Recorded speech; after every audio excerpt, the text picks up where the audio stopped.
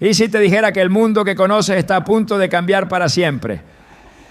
La Biblia no deja lugar a dudas. Habrá eventos que sacudirán la tierra, no solo en lo físico, sino en lo espiritual. En Apocalipsis 6:12 leemos: miré cuando abrió el sexto sello y hubo un gran terremoto. El sol se puso negro como tela de silicio y la luna se volvió toda como sangre. Este versículo no es una metáfora, sino una advertencia profética sobre realidades que están por venir. Hoy profundizaremos en 3 eventos anunciados en el Apocalipsis que transformarán radicalmente la historia de la humanidad. Te mostraremos cómo cada uno de estos sucesos está conectado con el juicio, la redención y la gloria final de Dios. ¿Estás listo para entender lo que Dios tiene reservado para la tierra en los últimos tiempos?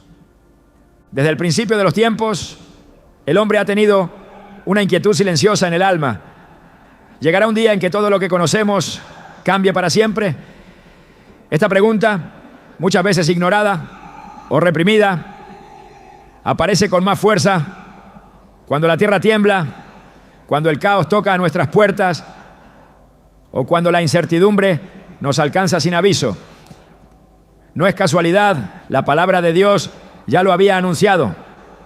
En Apocalipsis 6, cuando el Cordero comienza a abrir los sellos, se desata una secuencia de eventos tan poderosos y tan reales que no dejan espacio para la duda. Y miré, y he aquí un caballo blanco, y el que lo montaba tenía un arco, y le fue dada una corona, y salió venciendo, y para vencer. Apocalipsis 6:2. Así comienza el cumplimiento de lo que fue sellado desde el principio, el juicio progresivo sobre una humanidad que ha ignorado los llamados del cielo por siglos. La imagen del jinete sobre el caballo blanco ha sido debatida por generaciones. Algunos lo han visto como una representación del anticristo, otros como una fase del engaño espiritual que seduce con apariencias de verdad, pero cuyo corazón está lleno de arrogancia y rebelión.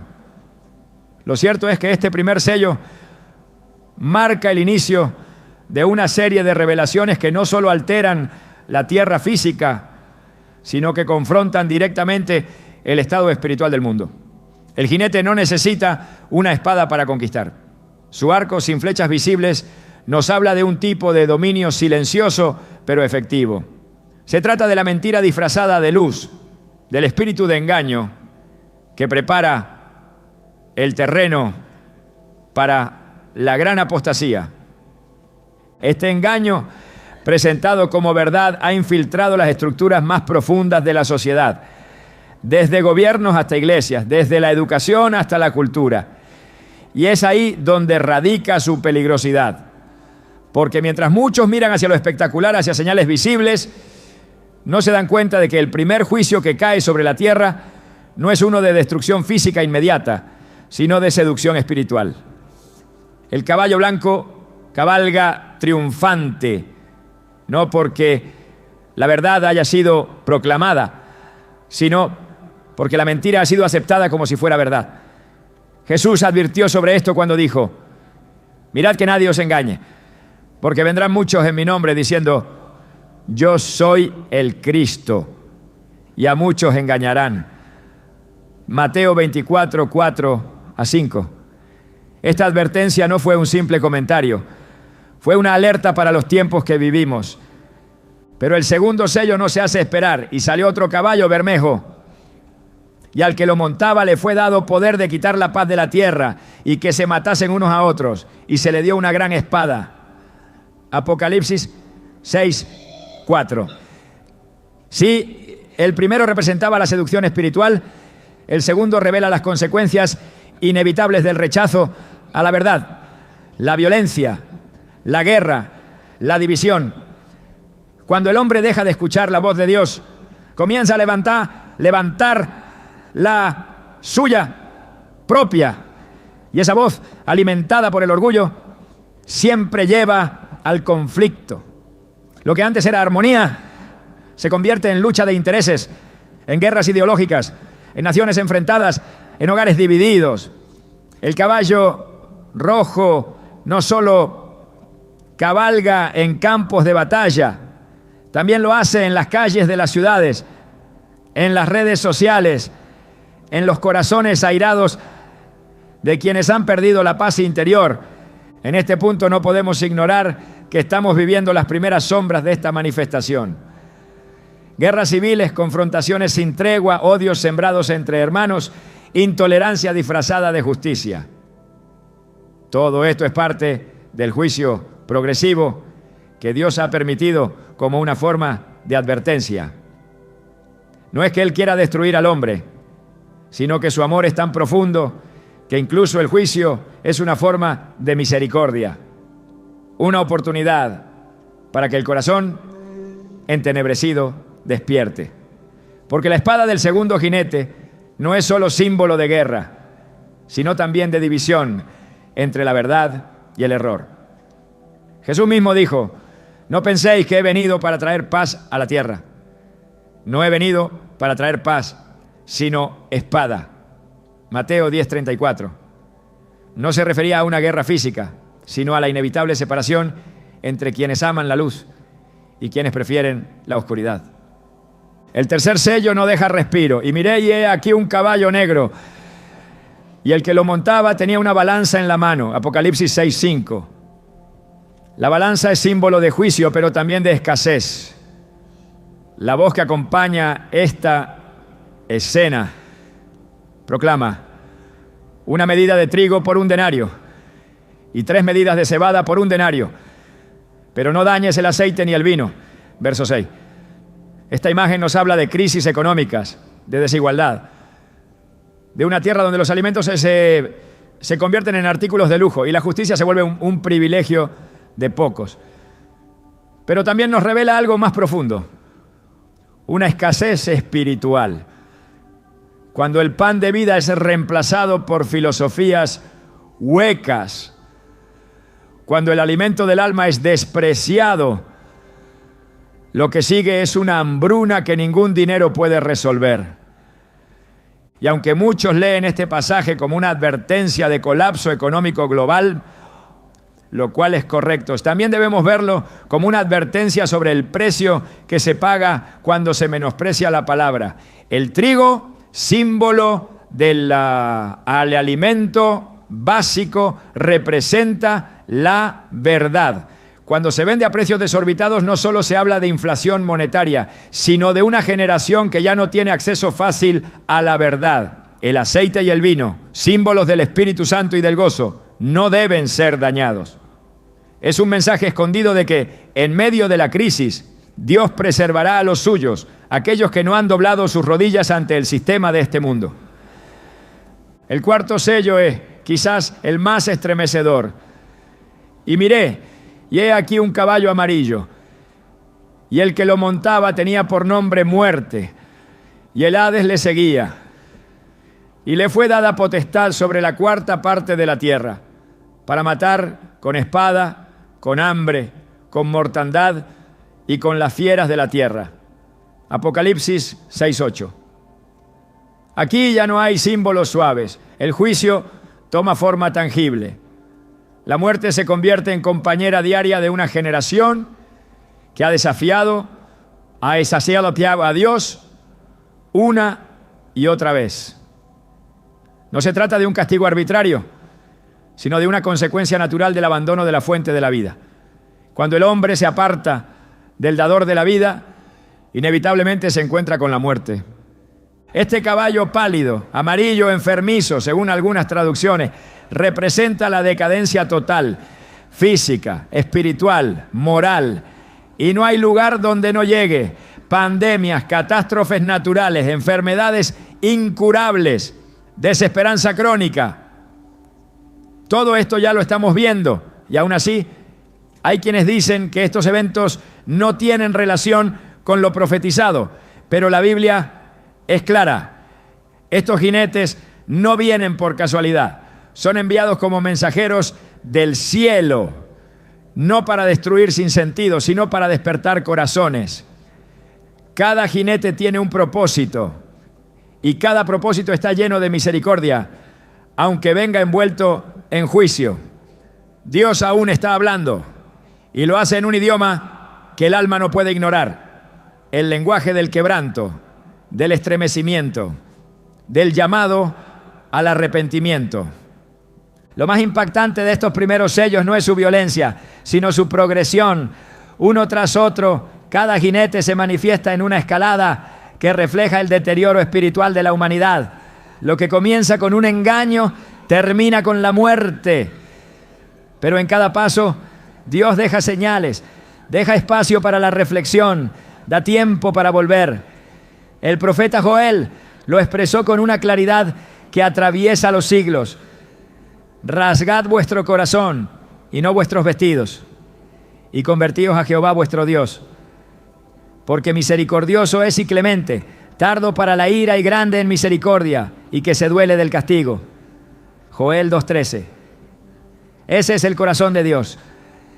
Incluso en el Apocalipsis, su propósito no es el castigo por castigo, sino el llamado a volver a casa antes de que la puerta se cierre. Mientras más leemos el capítulo 6 de Apocalipsis, más entendemos que los sellos son mucho más que eventos catastróficos.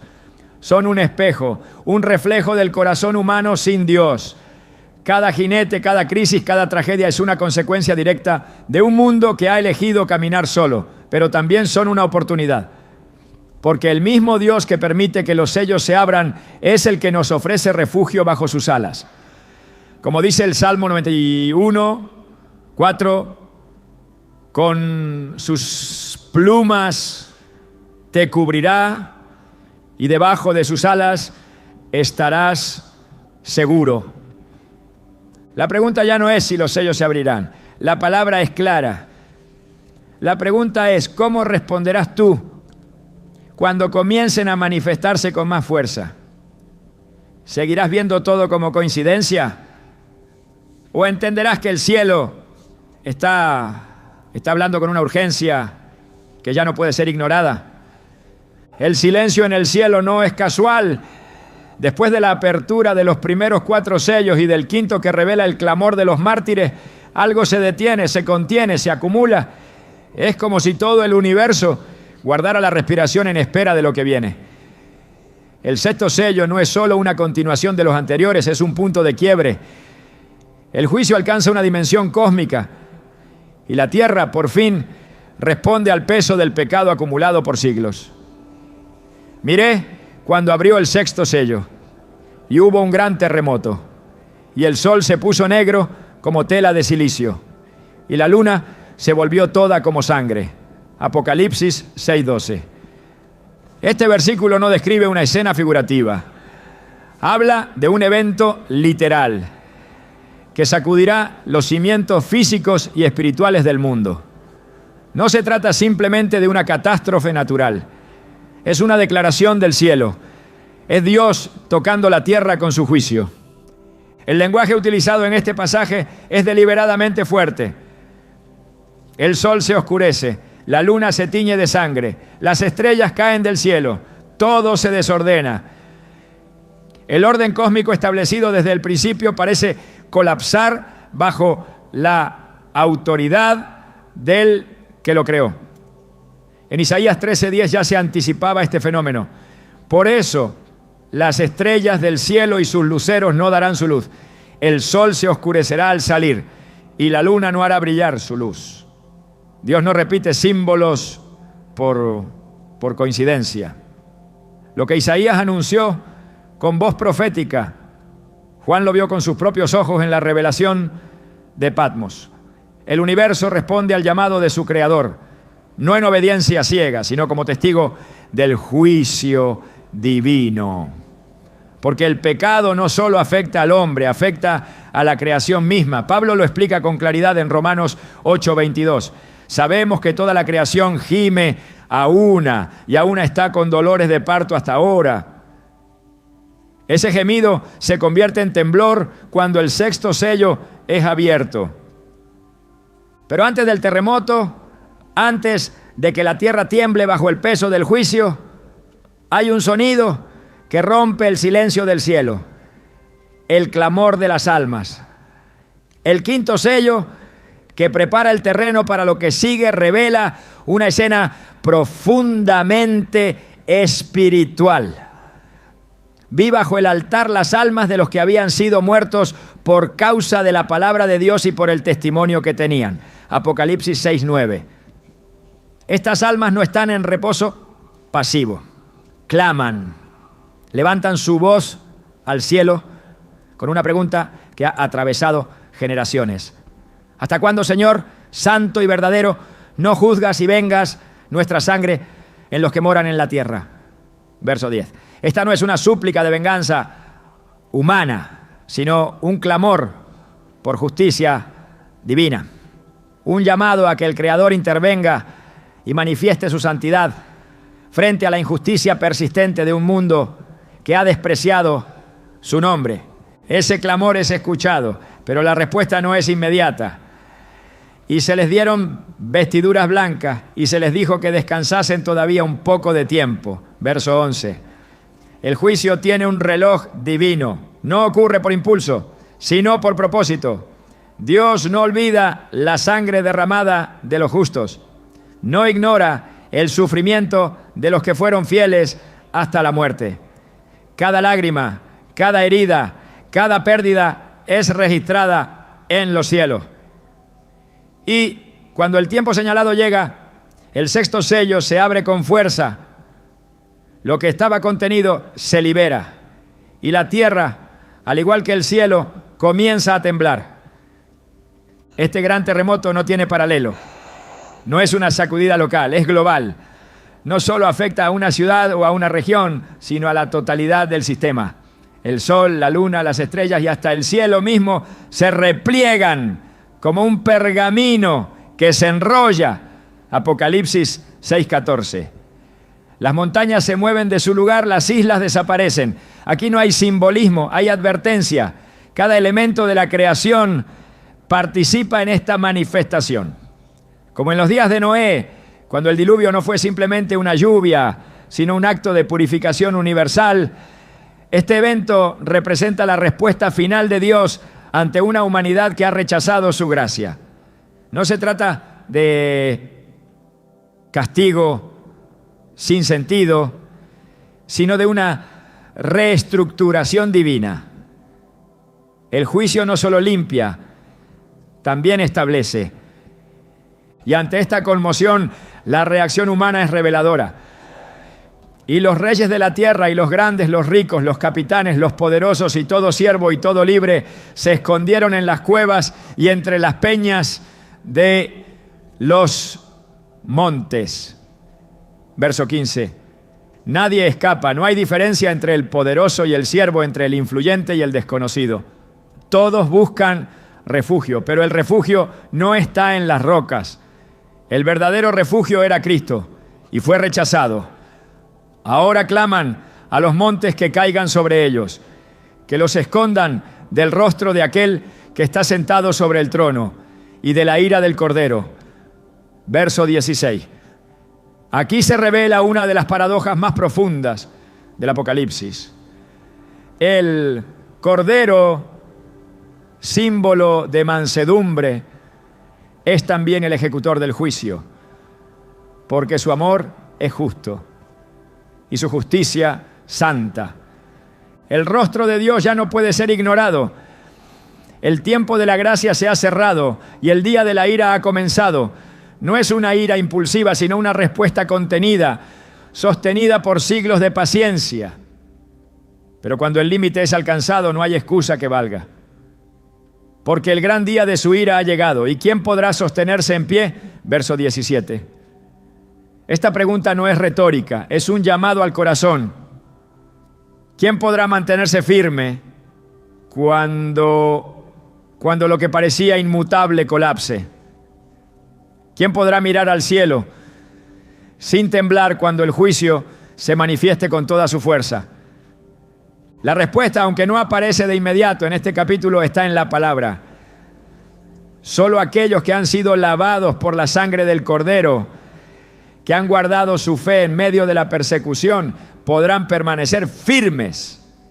En Lucas 21, 36 Jesús advierte: velad pues en todo tiempo orando, que seáis tenidos por dignos de escapar de todas estas cosas que vendrán y de estar en pie delante del Hijo del Hombre.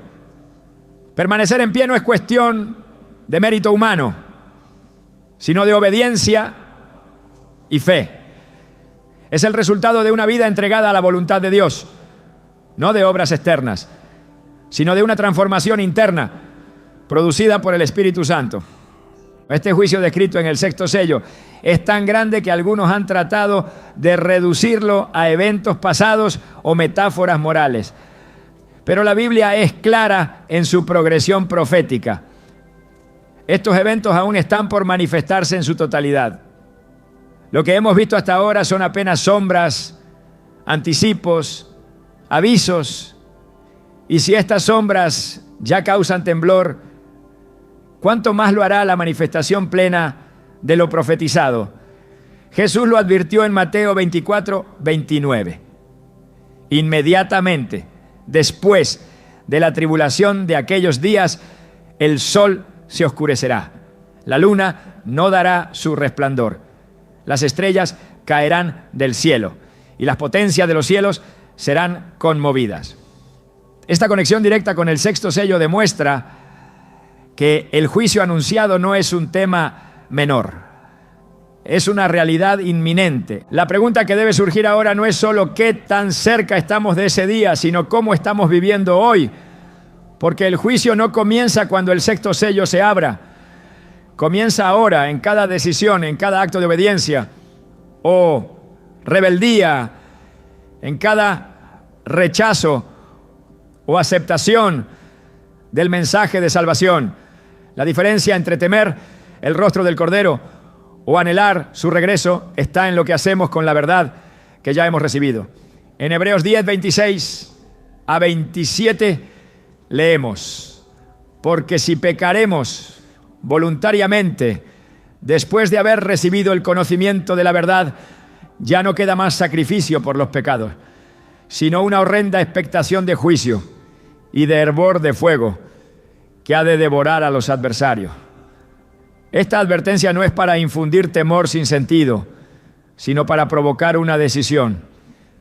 El sexto sello representa la culminación del clamor por justicia. Las almas bajo el altar no claman en vano. Dios escucha, Dios responde, y cuando lo hace, la tierra se inclina ante su voz. No hay neutralidad posible. El juicio separa, define, establece, y la única seguridad es estar del lado del Cordero antes de que su rostro se manifieste como juez. El tiempo de esperar ha terminado. El día aceptable aún está vigente, pero la ventana se está cerrando.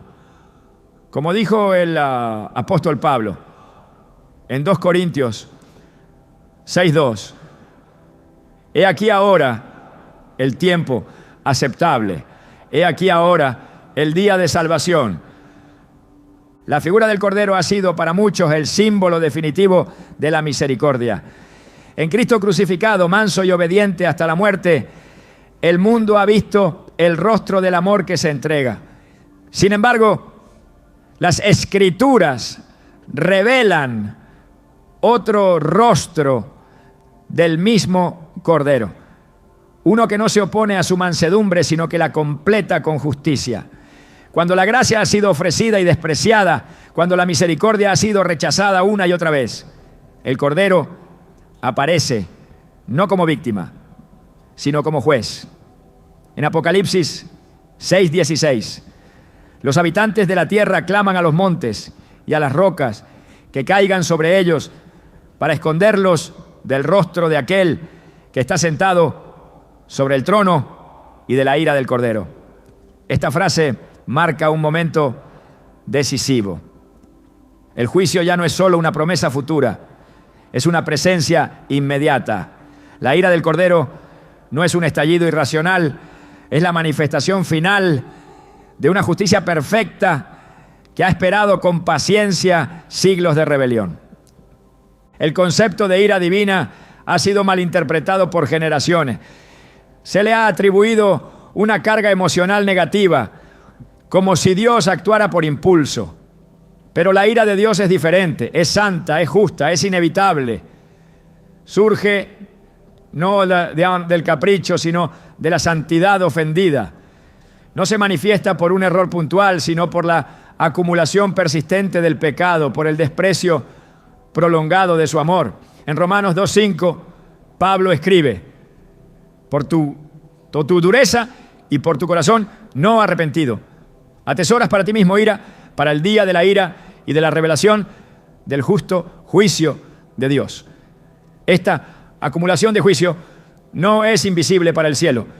Cada acto de injusticia, cada blasfemia, cada vez que la verdad es suprimida, se convierte en peso sobre la balanza de la justicia divina. Lo que Apocalipsis muestra con claridad es que el juicio no es un evento aislado. Es la respuesta final a una historia larga de misericordia ignorada. El rostro del Cordero que fue desfigurado en la cruz por amor, ahora se presenta con autoridad, y esa autoridad causa terror en los corazones de los impíos. No porque el Cordero haya cambiado, sino porque su amor rechazado se convierte en testimonio de condenación. En Juan 3:19 se explica así: y esta es la condenación, que la luz vino al mundo, y los hombres amaron más las tinieblas que la luz, porque sus obras eran malas. El juicio se activa cuando la luz ha sido ofrecida, pero deliberadamente despreciada. Los poderosos, los reyes, los capitanes, los grandes hombres de la tierra, todos se esconden. La estructura social colapsa no por una revolución humana, sino por el peso de una presencia divina que ya no puede ser ignorada. El orden humano, las jerarquías, las posiciones de poder, todo queda expuesto como inútil ante el trono eterno. No hay argumento, no hay defensa, no hay excusa. La presencia del Cordero revela no solo las obras externas, sino las intenciones del corazón. En Hebreos 4:13 se nos dice: no hay cosa creada que no sea manifiesta en su presencia. Antes bien, todas las cosas están desnudas y abiertas a los ojos de aquel a quien tenemos que dar cuenta. Este juicio no es parcial, es absoluto. Lo que se describe en este momento es una verdad que atraviesa toda la Escritura. Llegará un día en que cada ser humano será confrontado con la realidad de Dios, ya no como un concepto, ya no como una posibilidad lejana, sino como una presencia ineludible. En Sofonías 1:14-15 se anticipa: cercano está el día grande de Jehová, cercano y muy próximo. Es amarga la voz del día de Jehová. Gritará allí el valiente. Día de ira aquel día, día de angustia y de aprieto, día de alboroto y de asolamiento, día de tiniebla y de oscuridad, día de nublado y de entenebrecimiento. La intensidad de este lenguaje no busca asustar, sino revelar la seriedad de un juicio que no será simbólico, sino real. En este punto del Apocalipsis, el lenguaje del juicio se entrelaza con la realidad espiritual. El problema no es solo que las montañas se desplacen o que las estrellas caigan del cielo. El problema es que los hombres intentan esconderse del rostro de aquel que siempre les llamó al arrepentimiento. No buscan su misericordia, buscan ocultarse de su santidad. El corazón humano, endurecido por el pecado, prefiere ser sepultado por rocas que expuesto a la verdad.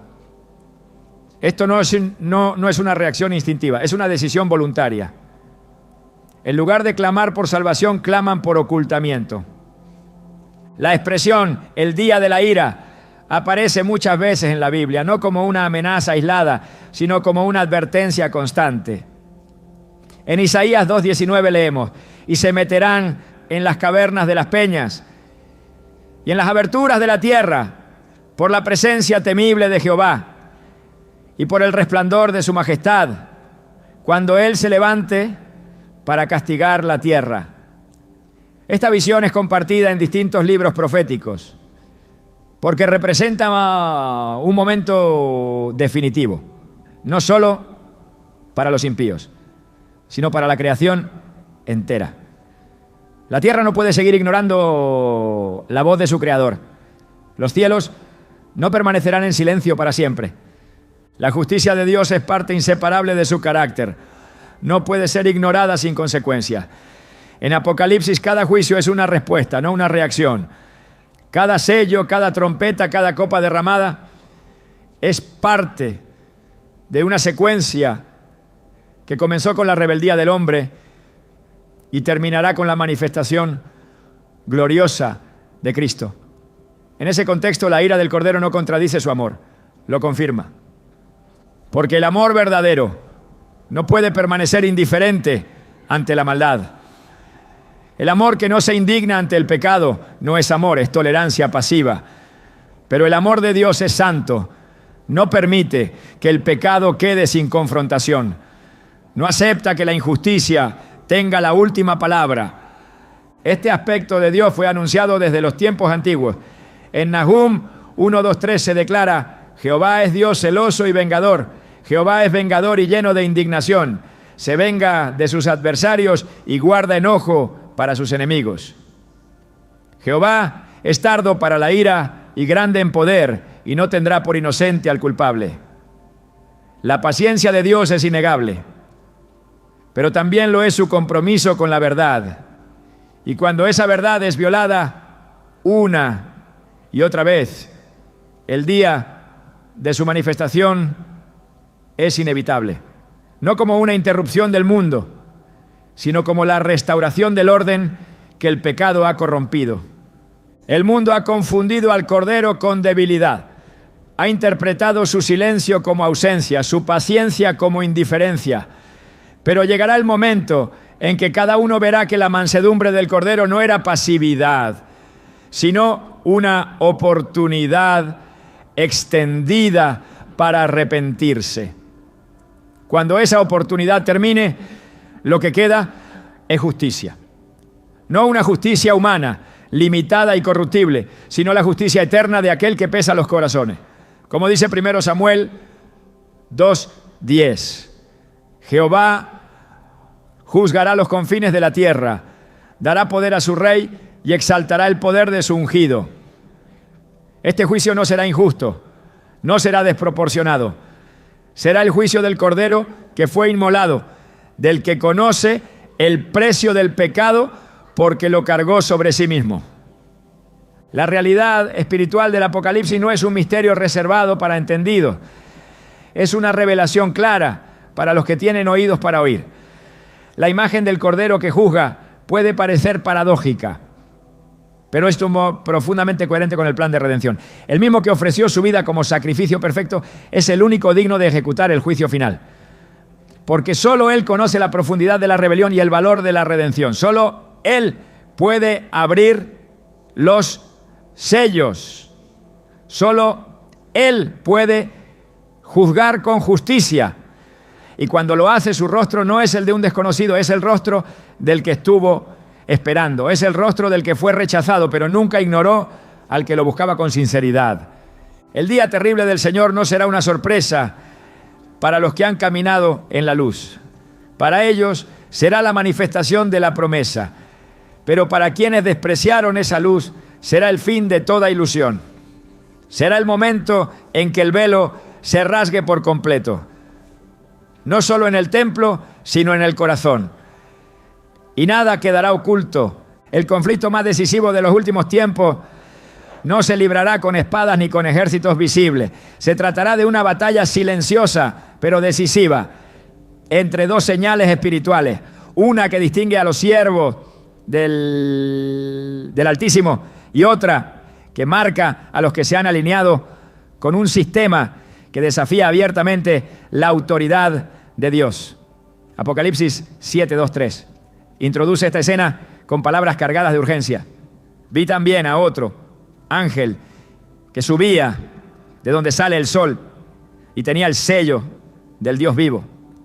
Y clamó a gran voz a los 4 ángeles, a quienes se les había dado el poder de hacer daño a la tierra y al mar, diciendo: no hagáis daño a la tierra, ni al mar, ni a los árboles, hasta que hayamos sellado en sus frentes a los siervos de nuestro Dios. El juicio se detiene, todo el cielo se contiene.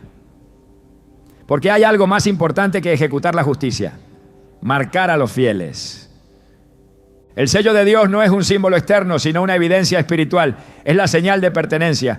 Es la marca que distingue a aquellos que no solo han creído, sino que han sido transformados.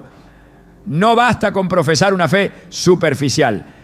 El sello se coloca sobre aquellos que han sido regenerados, cuya obediencia no es ocasional, sino permanente.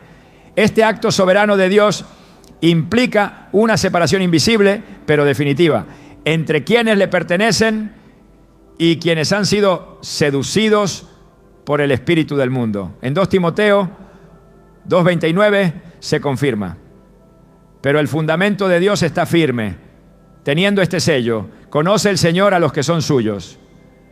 No hay ambigüedad.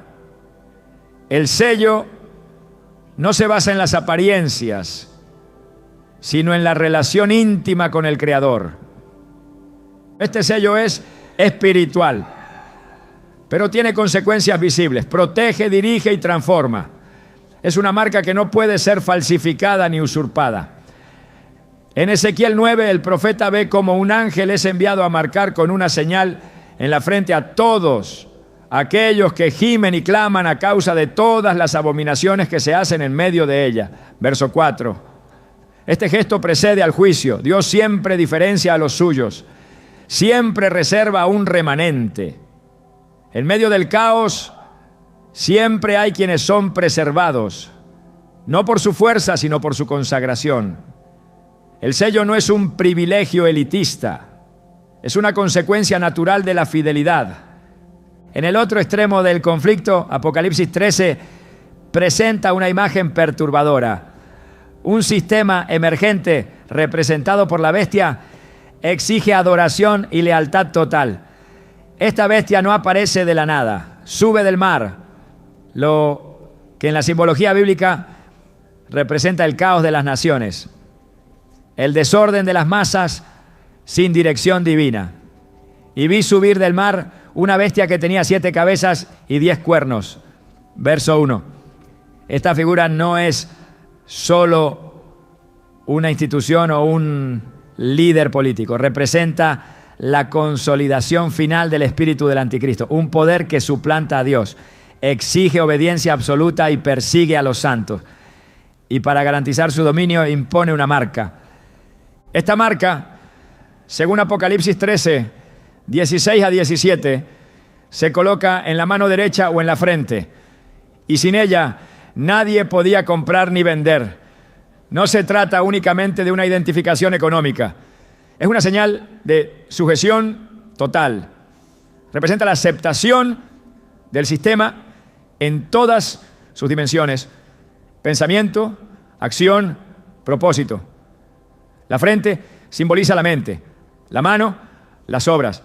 Esta marca implica más que una señal externa. Revela quien sirve realmente el corazón. Es un acto de adoración forzada, pero aceptada voluntariamente por aquellos que ya han rechazado la verdad. En 2 Tesalonicenses 2, Pablo advierte que Dios permite esta ceguera en aquellos que no recibieron el amor de la verdad para ser salvos, y por eso serán engañados con mentira. La diferencia entre el sello de Dios y la marca de la bestia no es solo de origen, sino de naturaleza. Uno preserva, el otro condena. Uno protege del juicio, el otro invita a la destrucción. Uno se recibe por fidelidad, el otro por conveniencia. En un mundo que exigirá conformidad total, mantenerse firme en la verdad será visto como rebeldía. Pero es precisamente en esa aparente desobediencia a los sistemas humanos donde se revela la verdadera obediencia a Dios. La Escritura nunca dejó este conflicto como un asunto simbólico, sin relevancia práctica. Es un desenlace anunciado, una decisión ineludible. Y cada alma deberá escoger. La presión para recibir la marca de la bestia será progresiva. No se impondrá con violencia desde el primer momento. Primero seducirá, luego exigirá y finalmente obligará. Se construirá un sistema de control que premiará la conformidad y castigará la fidelidad. Aquellos que rechacen la marca serán considerados enemigos del orden, obstáculos para la paz, extremistas religiosos. Serán marginados, excluidos, perseguidos. No podrán participar del comercio, del sistema financiero, ni de los derechos básicos. Pero en medio de esa oscuridad brillará un pueblo sellado, no marcado por hombres, sino apartado por Dios, no empoderado por recursos humanos, sino por el Espíritu Santo. El libro de Apocalipsis no presenta este escenario para infundir miedo, sino para preparar. El mensaje no es terror, sino urgencia. Jesús dijo en Mateo 24:13, mas el que persevere hasta el fin, este será salvo. La perseverancia no es pasiva, requiere decisión, discernimiento, disciplina espiritual, requiere conocer la verdad, amar la verdad, vivir por la verdad y sobre todo requiere rechazar todo lo que se oponga a ella, por atractivo que parezca. La adoración será el eje central de esta confrontación. La bestia no solo busca control, busca devoción. Por eso Apocalipsis 13:8 afirma que la adoraron todos los moradores de la tierra cuyos nombres no estaban escritos en el libro de la vida del Cordero. Esta distinción es vital. La marca no es una casualidad tecnológica ni una simple herramienta de identificación. Es una declaración espiritual. Recibirla es postrarse ante un poder que se presenta como Dios, pero que es enemigo de su santidad. No habrá espacio para neutralidad. Cada acción, cada decisión, cada palabra revelará de qué lado está cada alma. El sello de Dios, por su parte, no es un premio por perfección. Es una confirmación de fidelidad en medio de la prueba. Es el respaldo divino sobre aquellos que han decidido no contaminarse aunque cueste todo. Es la evidencia de una vida que ha sido santificada no por obras humanas, sino por la gracia sostenida. En Efesios 1:13 se declara: habiendo oído la palabra de verdad del evangelio de vuestra salvación, y habiendo creído en él, fuisteis sellados con el Espíritu Santo de la promesa. Este sello es invisible al mundo, pero imborrable en el cielo. Lo que se avecina no es solo una persecución visible, es una intensificación del conflicto espiritual. La lucha será interna antes que externa. La tentación será aceptar lo que el sistema ofrece a cambio de tranquilidad, de aceptación, de estabilidad temporal. Pero Jesús advirtió con firmeza: ¿de qué le aprovechará al hombre si ganare todo el mundo y perdiere su alma? Marcos 8:36. Las decisiones más pequeñas hoy preparan el corazón para decisiones mayores mañana. El que hoy cede por comodidad, mañana estará indefenso ante la presión. Por eso es urgente buscar discernimiento espiritual. No todo lo que parezca benigno lo será, no todo lo que ofrezca paz traerá verdadera paz. En Apocalipsis 14:9-10 se describe el destino de quienes acepten la marca de la bestia con una claridad que no admite interpretación ambigua. Si alguno adora a la bestia y a su imagen y recibe la marca en su frente o en su mano, él también beberá del vino de la ira de Dios. No hay alternativas, no hay caminos intermedios, no hay excusas. Esta verdad debe provocar un despertar espiritual, una vigilancia constante, un compromiso firme. No basta con conocer el conflicto, es necesario tomar posición, porque aunque el mundo declare que todo es relativo, la palabra de Dios revela que hay absolutos inquebrantables. Y cuando el día llegue, no serán las palabras, sino las decisiones las que revelen de quién somos. Como declara Apocalipsis 14:12, aquí está la paciencia de los santos, los que guardan los mandamientos de Dios y la fe de Jesús. El sonido de la trompeta siempre ha tenido un peso simbólico poderoso en las Escrituras. No es solo un instrumento musical, es una señal del cielo, una convocatoria, un anuncio, un llamado que irrumpe en medio del ruido del mundo para advertir, reunir y sacudir el alma. En el libro de Apocalipsis, estas trompetas no son una metáfora decorativa ni una figura poética. Son la manifestación auditiva del juicio de Dios. Son el eco de su voz atravesando las dimensiones espirituales y naturales, recordando a la humanidad que el tiempo de la advertencia no es eterno. En Apocalipsis 8:6 se declara: y los 7 ángeles que tenían las 7 trompetas se dispusieron a tocarlas. Cada trompeta abre una nueva fase del juicio, una etapa más intensa del plan divino. Y cada una trae consigo consecuencias que no pueden ser ignoradas. El cielo no actúa por impulso. Todo lo que sucede sigue un orden determinado. Antes de que suene la primera trompeta, el capítulo describe un silencio en el cielo como por media hora. Apocalipsis 8:1. Este silencio no es vacío, es reverencia, es contención, es el reconocimiento celestial de que lo que está por venir es tan grave, tan definitivo, que hasta los coros del trono deben detenerse. Es la pausa antes de la tormenta, la solemnidad de la justicia a punto de manifestarse. Incluso los ángeles guardan silencio ante el peso de lo que significan esas trompetas. Porque no se trata solo de señales, sino de actos divinos que tocan el corazón de la creación. Cada trompeta, cuando suena, desata una consecuencia. No como una reacción en cadena arbitraria, sino como un golpe dirigido con precisión sobre una humanidad que ha endurecido su corazón. La primera trompeta trae granizo y fuego mezclado con sangre, lanzado sobre la tierra. La tercera parte de los árboles se quema y toda la hierba verde desaparece. Apocalipsis 8:7. No es una catástrofe ambiental aislada. Es la respuesta directa de un creador al desprecio de su creación. El juicio no cae sobre una parte aleatoria de la tierra. Afecta el alimento, el entorno, la base de la vida. Porque el hombre ha adorado la naturaleza mientras ignora al Dios que la formó. Ha explotado los recursos mientras pisotea la verdad. Y ahora el juicio apunta exactamente a lo que más valora.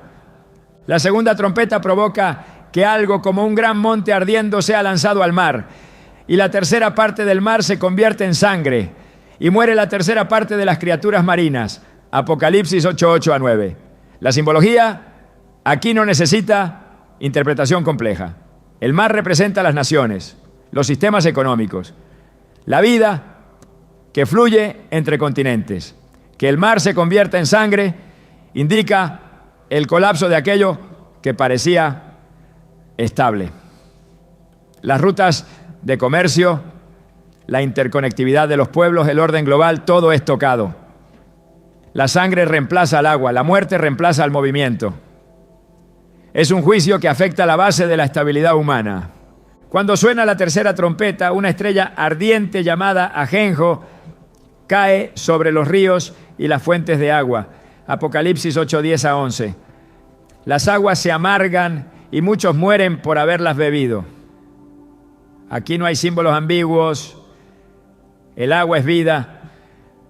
Si se vuelve venenosa, la vida se vuelve frágil. Este juicio toca directamente el sustento básico. No solo los mares, sino las fuentes más puras que son contaminadas. La estrella que cae no es accidental. Su nombre, ajenjo, revela su naturaleza amarga. El pecado ha envenenado lo que era limpio. Y ahora la consecuencia se manifiesta incluso en lo físico. La cuarta trompeta oscurece la tercera parte del sol, de la luna y de las estrellas. Apocalipsis 8:12. La luz se reduce, la claridad disminuye. Las referencias temporales y espirituales se ven afectadas. El mundo entra en confusión. Porque la oscuridad no es solo literal, es espiritual. Es la incapacidad de discernir. Es el desconcierto de una humanidad que ya no sabe qué camino seguir, porque ha rechazado la luz verdadera. En Isaías 5:20 se había advertido: ay de los que a lo malo dicen bueno y a lo bueno malo, que hacen de la luz tinieblas y de las tinieblas luz. Ahora lo que era advertencia se vuelve realidad. Las trompetas revelan lo que el pecado ha producido: desorden, confusión, juicio. Y mientras el mundo intenta comprender lo que está ocurriendo, una voz atraviesa los cielos: ay, ay, ay de los que moran en la tierra, a causa de los otros toques de trompeta que están para sonar los 3 ángeles. Apocalipsis 8:13. Este clamor no es de hombre, es del cielo mismo. Es la expresión de un dolor profundo, porque lo que sigue será aún más intenso. No porque Dios disfrute del castigo, sino porque la justicia requiere una confrontación total con la rebelión. La paciencia ha tenido su tiempo. Ahora la verdad se manifiesta sin filtros. El juicio de las trompetas tiene una característica que no se puede pasar por alto: su progresión. Comienza afectando la naturaleza, luego el mar, luego los ríos, luego las fuentes de luz. Cada etapa revela una dimensión distinta del rechazo humano a Dios, y en cada etapa hay espacio para el arrepentimiento. Aunque los juicios son severos, no son finales. Todavía hay tiempo, todavía hay oportunidad, todavía hay una puerta abierta, pero esa puerta se está cerrando, y el sonido de las trompetas es la advertencia final. El paralelismo entre las plagas de Egipto y las trompetas del Apocalipsis no es casual. En ambos casos, Dios confronta un sistema que oprime, que desafía su autoridad, que endurece su corazón. En Éxodo, Faraón no cedió ante las primeras señales. Solo cuando el juicio fue completo, reconoció su error, pero ya era tarde. Apocalipsis nos advierte que muchos actuarán de la misma forma. Verán las señales, pero las ignorarán. Sentirán el temblor, pero endurecerán su corazón. El libro no es solo una descripción del fin, es una súplica por atención. La quinta trompeta introduce un cambio radical. Lo que se desata ya no es sobre la tierra, ni sobre el mar, ni sobre los ríos. Es sobre el corazón mismo del hombre. Se abre el abismo y de él salen langostas con poder de escorpiones, con autoridad para dañar a quienes no tienen el sello de Dios. Apocalipsis 9, 1-4. Este juicio no destruye físicamente, sino que atormenta espiritualmente. El sufrimiento es interno. La angustia no tiene salida. No hay muerte, pero tampoco hay alivio. Y los que sufren no pueden escapar. Esta escena revela el tormento que produce una vida separada de Dios. Cuando la protección divina es retirada, lo que queda es oscuridad, confusión, dolor. El propósito de estas trompetas es más que castigar, es despertar, es agitar el alma, es recordar al hombre que no es dueño de su destino, que hay un trono más alto, una justicia más firme, una verdad inquebrantable. Cada toque es un llamado, no a la desesperación, sino al retorno. Como dice Amós 4:12, prepárate para venir al encuentro de tu Dios. Esa preparación no es un ritual vacío, es un arrepentimiento genuino, es un cambio de dirección, es la humildad de reconocer que sin Dios no hay futuro, no hay sentido, no hay esperanza. El libro de Apocalipsis, en su revelación de las trompetas, nos muestra que el juicio es una fase del amor divino, porque amar también es advertir, también es corregir, también es intervenir cuando el camino se ha torcido más allá del punto de retorno. Dios no envía las trompetas para destruir indiscriminadamente, sino para salvar urgentemente. Y aunque muchos no oigan, aunque muchos no crean, el cielo no dejará de tocar su trompeta.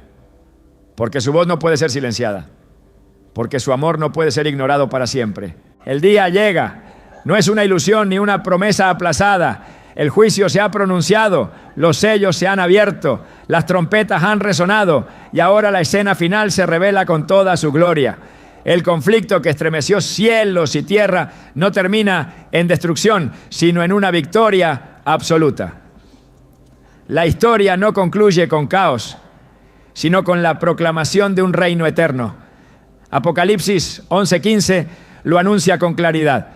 El séptimo ángel tocó la trompeta y hubo grandes voces en el cielo que decían: los reinos del mundo han venido a ser de nuestro Señor y de su Cristo, y Él reinará por los siglos de los siglos. La soberanía de Dios se establece de manera definitiva, no queda espacio para resistencia. Lo que fue profetizado desde antiguo, ahora se cumple sin interrupciones. La victoria del cielo no es simbólica ni parcial, no es una simple restauración de lo anterior, es una transformación total.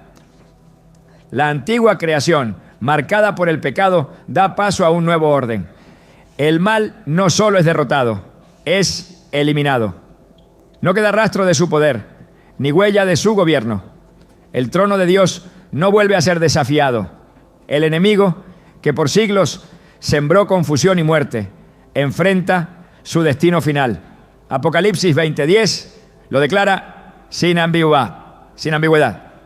Y el diablo que los engañaba fue lanzado en el lago de fuego y azufre, donde estaban la bestia y el falso profeta, y serán atormentados día y noche por los siglos de los siglos. La sentencia es irrevocable. La mentira termina, la justicia reina. Este momento es el cumplimiento de todas las promesas. Desde el Edén hasta la cruz, desde los profetas hasta los apóstoles, todo apuntaba a este día. Un día en el que la gloria de Dios no será solo reconocida por los redimidos, sino reconocida por toda la creación. Como escribió Pablo en Filipenses 2:10-11, para que en el nombre de Jesús se doble toda rodilla de los que están en los cielos y en la tierra y debajo de la tierra, y toda lengua confiese que Jesucristo es el Señor, para gloria de Dios Padre. Esta confesión no será forzada por coacción, sino provocada por la majestad innegable del Rey de Reyes. Lo que en la tierra parecía invencible, lo que durante generaciones oprimió y destruyó, ahora cae. Babilonia, símbolo del sistema mundial rebelde, es juzgada. Su caída no es política ni económica solamente, es espiritual. Su sistema de corrupción, idolatría y persecución se desintegra ante el fuego de la verdad. Apocalipsis 18:2 lo proclama con solemnidad. Ha caído la gran Babilonia y se ha hecho habitación de demonios, guarida de todo espíritu inmundo. El cielo no llora por su caída, se regocija, porque con su destrucción se abre el camino para la justicia. Los mártires, los fieles, los perseguidos ven su vindicación. La verdad que sostuvieron con lágrimas, ahora brilla como un sol sin sombra. La victoria de Dios no es una respuesta tardía. Es la manifestación de su eternidad. Lo que para los hombres parecía demora era misericordia. Lo que parecía silencio era preparación. Porque el juicio llega en el tiempo exacto. Ni antes ni después. Y cuando llega, nadie puede impedirlo. Apocalipsis 19 presenta al vencedor montado sobre un caballo blanco. Su nombre es fiel y verdadero, y juzga con justicia. Sus ojos son llama de fuego. De su boca sale una espada aguda para herir a las naciones. Su vestidura está teñida en sangre. Su nombre es el Verbo de Dios. Este no es un mensajero, es el Señor mismo. El mismo que fue despreciado y crucificado, ahora se manifiesta con poder. No como víctima, sino como soberano. El triunfo del cielo no solo erradica el mal, también inaugura una nueva era. Juan lo describe con una visión que no deja lugar a dudas. Vi un cielo nuevo y una tierra nueva, porque el primer cielo y la primera tierra pasaron y el mar ya no existía más. Apocalipsis 21:1. Esta creación renovada no es una mejora temporal, es el diseño original restaurado sin mancha, sin corrupción, sin muerte. Dios no reforma lo viejo, lo sustituye con lo eterno. Ya no hay llanto, ni clamor, ni dolor, porque las primeras cosas pasaron. La nueva Jerusalén desciende como una esposa ataviada para su esposo. La presencia de Dios no es intermitente, es permanente. No se necesita templo porque el Señor Dios Todopoderoso y el Cordero son el templo. La ciudad no requiere sol ni luna porque la gloria de Dios la ilumina. En este lugar, la santidad no es una meta, es una realidad constante. Los redimidos caminan en luz. Los nombres están escritos en el libro de la vida. Las naciones entran sin temor. La muerte ya no tiene poder. Esta victoria no es solo para el futuro, es una certeza que transforma el presente. Porque quien ha creído en Cristo ya ha sido trasladado del reino de las tinieblas al reino de su luz admirable. Aunque aún vivimos en un mundo quebrantado, el fin ya está escrito. Y ese fin no es una tragedia, es una celebración. Apocalipsis concluye con una invitación. Y el espíritu y la esposa dicen ven. Y el que oye diga ven. Apocalipsis 22:17. Esta no es una despedida, es una apertura. Es el llamado a participar en la victoria que ya ha sido asegurada por la sangre del Cordero. Cuando el libro del Apocalipsis cierra sus páginas, no lo hace como una profecía lejana, sino como una invitación urgente. No hay dramatismo innecesario ni símbolos sin propósito. Todo apunta a una sola verdad. Dios no está en silencio. Sus juicios no son aleatorios. Y su victoria no es futura, es inminente. Pero entre las trompetas, los sellos y los anuncios de gloria, hay una voz que sigue resonando con insistencia en el corazón de quienes tienen oídos para oír. Es la voz del Cordero que llama, que despierta, que convoca. Porque el mayor sacudimiento no será en los cielos ni en la tierra, sino en el interior del alma. La verdadera preparación no empieza el día del juicio, empieza hoy. Empieza en el momento en que el corazón humano se rinde, no ante el temor de los acontecimientos, sino ante la majestad del Rey que viene. El Apocalipsis no fue escrito para provocar terror, sino para encender un fuego. No fue revelado para especulación, sino para consagración. Quien ha leído sus palabras y ha sentido el peso de su verdad, no puede seguir viviendo igual. Porque el conocimiento sin transformación solo se convierte en juicio. Pero el conocimiento que lleva al arrepentimiento se transforma en salvación. La Biblia no nos deja a oscuras, nos entrega discernimiento. Nos revela que la mayor señal de los tiempos no está en el cielo, ni en la tierra, ni en los terremotos, ni en las pestes. La mayor señal está en el corazón humano que vuelve a Dios. Esa es la revolución que el cielo espera. Esa es la respuesta que detiene juicios, que transforma destinos, que abre los cielos. Por eso Jesús no se enfocó en enseñar fechas, sino en preparar discípulos. No habló para que acumuláramos información, sino para que viviéramos con convicción.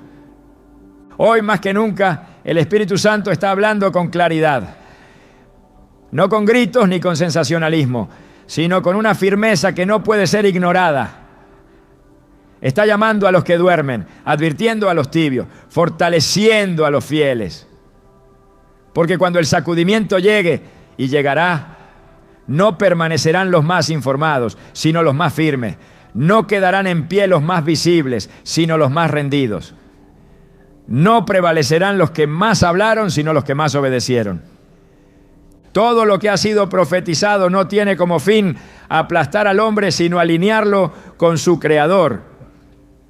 Dios no quiere simplemente que observemos el Apocalipsis, quiere que lo vivamos con propósito, que entendamos que cada juicio, cada señal, cada página escrita con fuego es una expresión de amor perfecto, porque el amor verdadero no permite que la mentira reine para siempre. Y el Dios de Apocalipsis es el mismo que venció en el Gólgota, el mismo que venció con un madero, vencerá con poder. Pero antes de hacerlo sigue extendiendo su mano, porque aún hay tiempo, aún hay una oportunidad. Y quien la tome, aunque el mundo tiemble, permanecerá firme. No es el fin lo que debe inquietarte, es lo que harás antes de que llegue. No es el caos lo que debe sacudirte, es el llamado de Dios que te pide una respuesta hoy. No mires más las señales sin responder al que las envía. No esperes más para rendir tu voluntad. El que viene no tardará. Y cuando lo haga no preguntará por lo que sabías, sino por a quién serviste con todo tu corazón.